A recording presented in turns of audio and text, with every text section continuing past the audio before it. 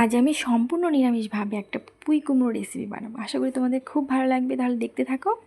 ফোড়নে দেবো আমি সাদা জিরে, 5 ফোড়ন, একটু রাঁধুনি, সামান্য ধনিয়া, একটু গোটা গরম মশলা, আদা থেতো লাগবে, কাঁচা লঙ্কা, গোবিন্দভোগ চালের গুঁড়ো লাগবে, আর একটা ভাজা মশলা বানিয়ে নিয়েছি, লাস্টে দেবো। আর সবজি কী কী নিয়েছি দেখো, একটু গাটি কচু লাগছে, বেগুন, পটল, কাঁচকলা, কুমড়ো, আলু আর পুঁইটা লাগবেই, পুঁই শাকও।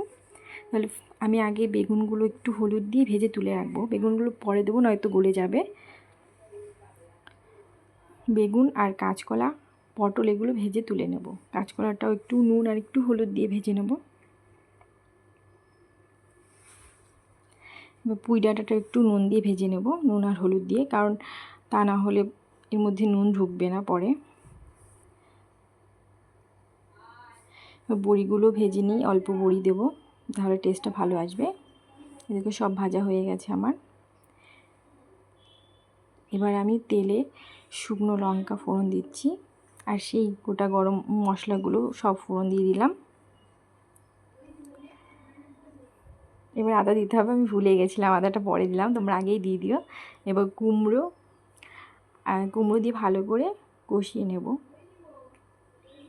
একটু লবণ দেব,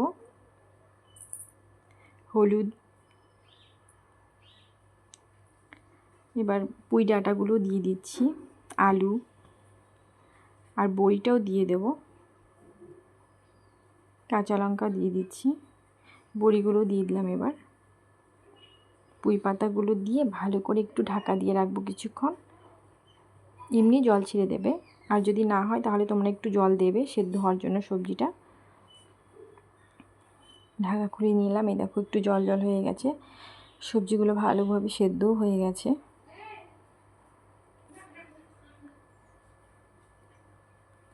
এবার আমি কাঁচকলা দিয়ে দিলাম, পটলগুলোও দিয়ে দিচ্ছি, আর বেগুনটাও ভেজে তুলে রেখেছিলাম সেটাও দিয়ে দিচ্ছি। ভালো করে মিশিয়ে নেব সব সবজিগুলো।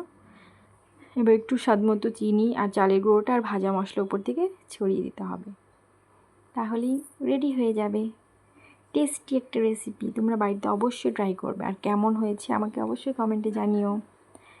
ভালো লাগলে আমার চ্যানেলটিকে সাবস্ক্রাইব করো, আর নতুন নতুন ভিডিও বানাতে আমাকে উৎসাহিত করো।